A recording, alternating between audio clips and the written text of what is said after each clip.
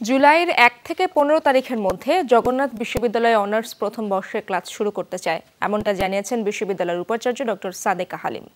সকালে বিশ্ববিদ্যালয়ের গুচ্ছ ভর্তি পরীক্ষার হল পরিদর্শন করেন তিনি। এ সময় তিনি বলেন, এবার সি ইউনিটে ৪০,১৬৬ জন পরীক্ষার্থী অংশ নিয়েছে। প্রতি আসনের বিপরীতে লড়াই করছে ১১ জন পরীক্ষার্থী। এ পরীক্ষার মধ্য দিয়ে শেষ হলো গুচ্ছের ২৪টি বিশ্ববিদ্যালয়ের সমন্বিত ভর্তি পরীক্ষা। গেল ২৭ এপ্রিল এ ইউনিট এবং ৩ মে বি ইউনিটের ভর্তি পরীক্ষা অনুষ্ঠিত হয়।